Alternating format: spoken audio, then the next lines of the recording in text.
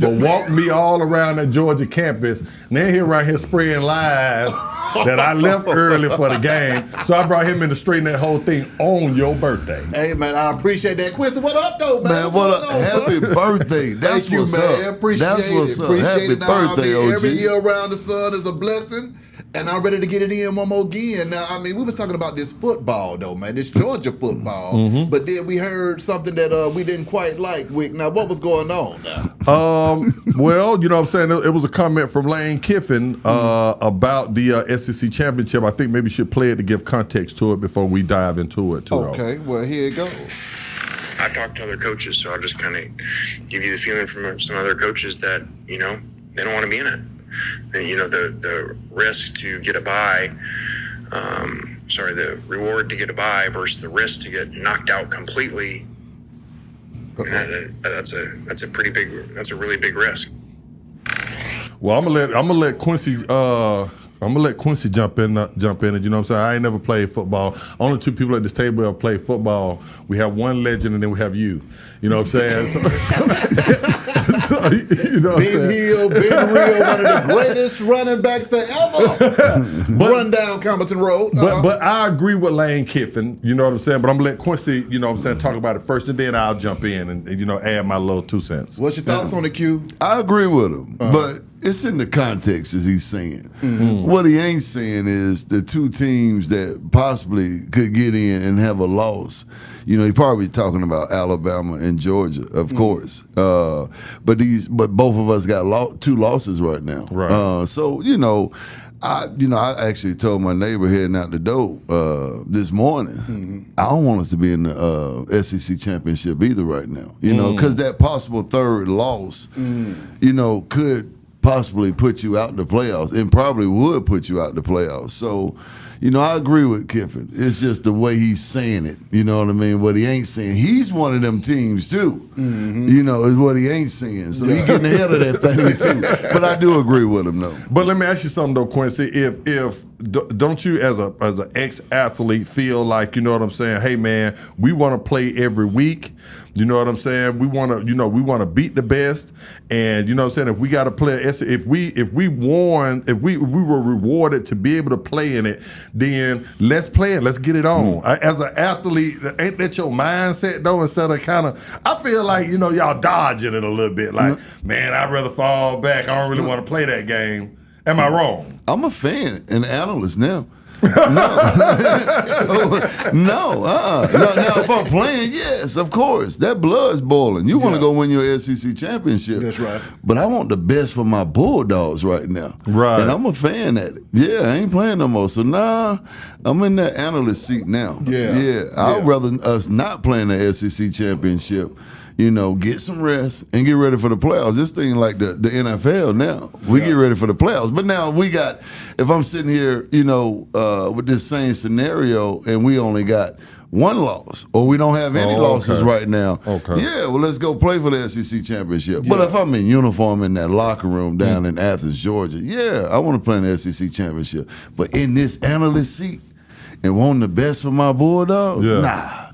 So what happens if they don't play then? Who does play for the SEC championship? And are they really champions if the champions don't play? Well, what I saw, Beehive, is that Texas has 1 loss. Yeah. Okay. So Texas, they're 99% to make the playoffs whether they win or lose that SEC championship. Yeah. So they have it ain't no skin off their teeth to play it. Yeah. He's saying like everybody else has 2 losses, I believe, right? Yeah. So if you lose and say for instance Georgia was to go to that and play Texas again. Remember, we already beat Texas. Okay. Say if we go in the SEC championship again and then we lose that game, that's our 3rd loss.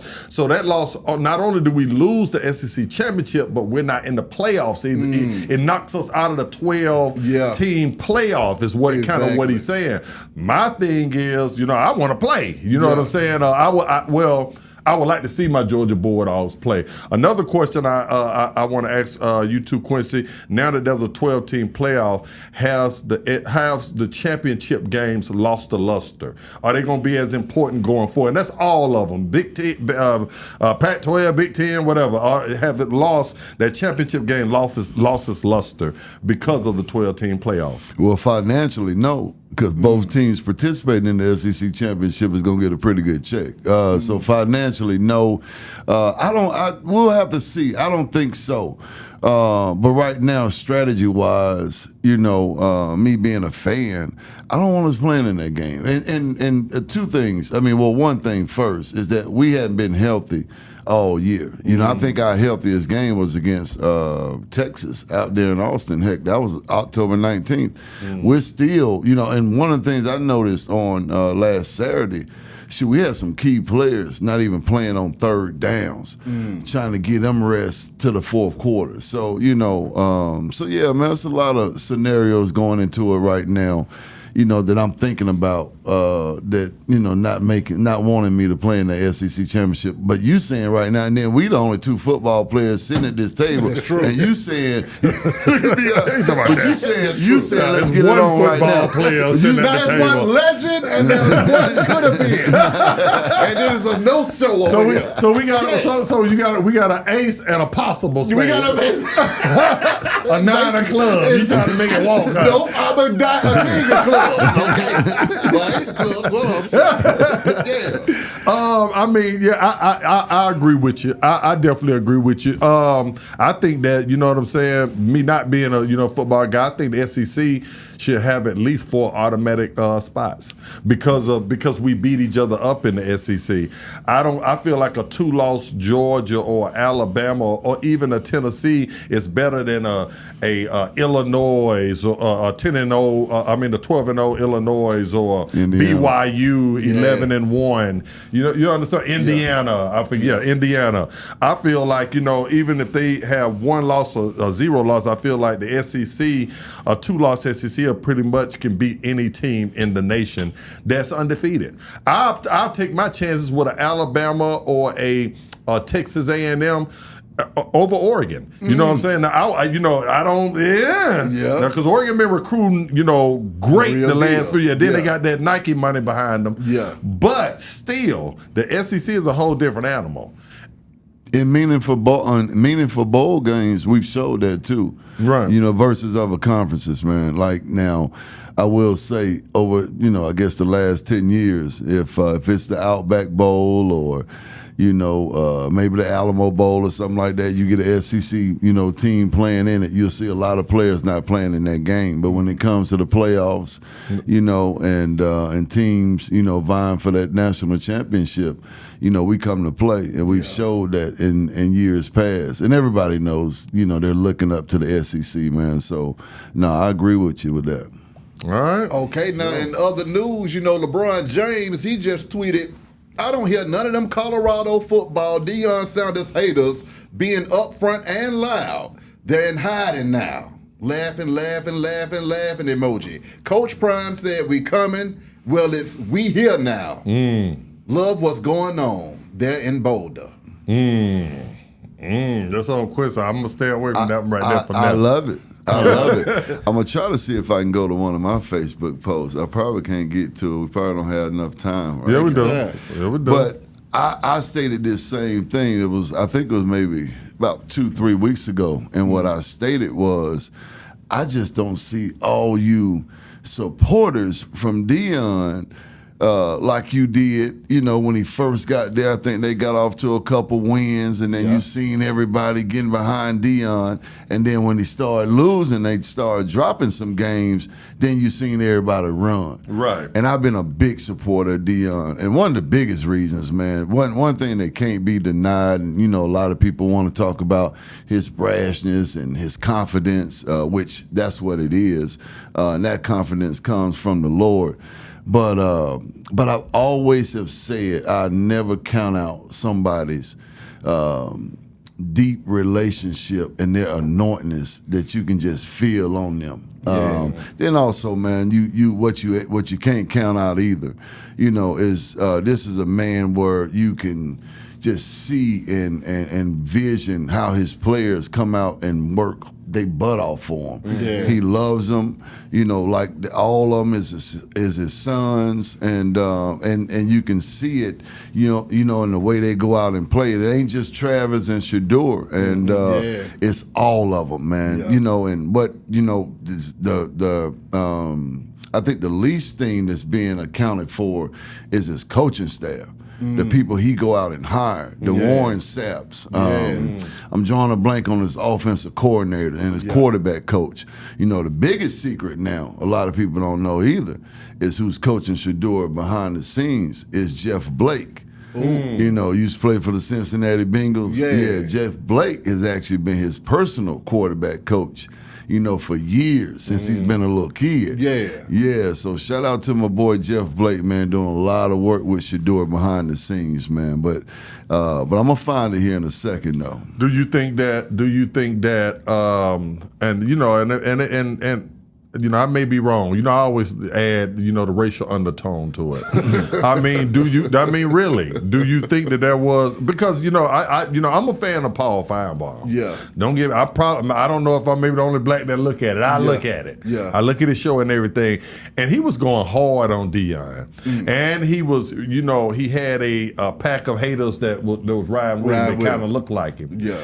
And I kept saying, man, I wish Deion would win so he could shut him up. Yeah. And now that he's kind of winning, I see them kind of backtracking, but it seems, you know, it's like they really don't want to. I think that LeBron James tweet was really more about that. That's what he was really saying. You know, I saw y'all too hating on Deion. Now it's crickets. So I want you to have the same energy that when he was losing as then that you have now as he's winning. That's right. And people don't have the same energy. That goes with everything behind me. And you talk about that all the time. Have the same energy that when a brother step on your shoe in the club that you have when them folks put them handcuffs on you and you saying yes sir, no sir. Yeah. You see what I'm saying? But then a brother can't even walk past you in the club. Or what this nigga looking at me for? See, the energy just don't be the same. You see what I'm saying? Have the same energy when Deion was losing that you had then that when he's winning right now. And that's kind of what I you know, that's why I say was there a racial undertone to it? Maybe I'm reaching. Well, no, I feel where you're coming from, but I mean, even we as a people, a lot of folks just hopped off the Deion bandwagon out the last season too, because I mean, he had galvanized everybody to become a Colorado Buffs fan. Right. Everybody was out there like, let's go, prime time, Coach Prime, oh hell. Right. They was tuning into that like the Jake Paul Tyson fight. Okay? Right. And it was the same result as the Jake Paul Tyson fight last season. So when this season rolled around and they started winning, my heart couldn't take 2 seasons straight of that. Right. So I needed for LeBron to send out that tweet to let me know that it was time to watch again. Right. Do you think that, what about Coach of the Year? You think Prime should be Coach of the Year? Right now, if you were voting, if you were in that room voting, Quincy, would you vote Prime as the Coach of the Year? Absolutely. With the turnaround that they've had from last year, absolutely. Yeah. And I'm trying to think about who else could be in the running for it. You know, who can, you know, actually be 1-2 in this thing right now. Only guy I can really think of is if Oregon goes undefeated with Lanning. Yeah. But, you know, there's not another storyline that beats this, especially after the season they had last year. All right, I found actually my Facebook post. Sometimes I stay away from Twitter a little bit now. Twitter come after you like, you better be ready. You better be ready for Twitter. You know what I mean? So sometimes I just duck off on Facebook and then just leave it alone. Because I clap back at you too. So God's still working on it. But here's what I said on September 22nd. Just know I got receipts on y'all flip-flopping on Deion in Colorado. I'm not going to call you out personally. Never go against a man when his eyes are on God. Church, no R needed. Yeah. Enjoy God's day. Yeah, so that was my quote back then, and that's what I've always thought. But not only that, you know, I was able to spend some time with Deion too. Yeah. You know, Deion used to bring me, Santana Moss, Chad Johnson, Champ Bailey over to his house, you know, and Prosper. And so I know the fabric of him. And then kind of, you know, seeing over the years what he's done with, you know, the Truth Organization, the school that he had out there in Texas. And just what he's about, man. He's all in, you know, on raising young men and his knowledge of the game, but I'm telling you, man, the biggest factor too that we're not counting is that he's, as confident as he is. Yeah. You can see the people and the coaches that he's put around these young men, from an X's and O's standpoint, also, for them to really take their game to the next level. Would you, if you were Deion's advisor and he told you, because a lot of people think he's leaving Colorado, no matter what he says. He says he's going to stay. But a lot of people think that's just, he said he was going to stay at HBCU too at Jackson State. We see how that worked out. So that worked out, right? Yeah. If he did leave, would Quincy Carter prefer him going to his alma mater, Florida State, or going to Dallas where he won his Super Bowls at? Man, that's a tough one. Because shoot, I grew up a Charlie Ward fan in Florida State, and knowing what Bobby Bowden is about. And college football is good when Florida State is good. Right. That's good for college football. But I don't know, that challenge of Dallas rings out loud. Because I know what now the challenge would be if he can get Shedeur too. Now that'd be a heck of a challenge. To bring him to Dallas. Yeah, if somehow they can pull that off. If LeBron can do it, I think Deion can do it. Hey, maybe, but it's got to be. That's how I feel. It's got to be in that draft order, and who's gonna draft? I mean, who's gonna make those trades with you? Yeah. So that's a little bit more complex situation. But the challenge of it, was really ringing in my head because now, with his football mind and getting the right people in the front office and then having Jerry, listen to him to bring his people in, to bring the right type, a football team that he wants in there. And then to continue drafting well, continue going out in the free agency, world, the environment, the confidence that's already in the Cowboy brand, but him bringing it in. And then the old X factor with the man up above looking over us might be the perfect recipe. And then also his biggest challenge, and why not have a challenge such as from a man like Deion, man. But what would you rather? What would you rather? See, if you had let me throw it out like this. Deion Sanders has, let's just say, $10 million a year hypothetically to coach Florida State. $10 million hypothetically to coach Dallas Cowboys. Money is the same. Quincy Carter is his agent. Where would you tell him to go? The money is the same.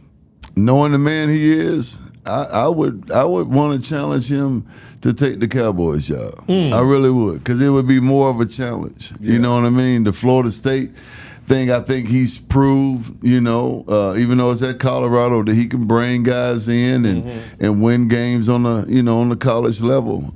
I would want to challenge him because of the man he is, and I know, how he'll go about his business, getting it right and trying to win the Cowboys the Super Bowl. Wow. Yeah, I would put that challenge in front of him. I think it's going down in this thing. Yes, sir. I want to see Deion get Shedeur in Dallas and make history in that thing, man.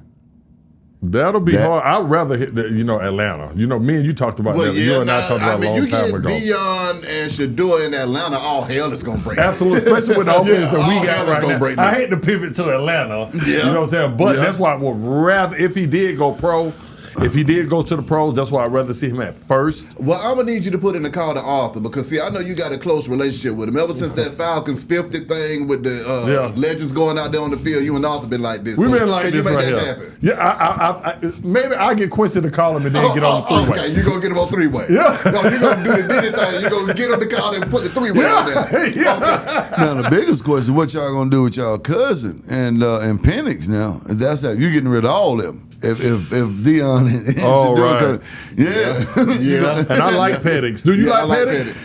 I love this game in college. We'll see if it translates. You know what I mean? I think he got all the skills. But for me to sit here and say, it's going to translate over, I don't know.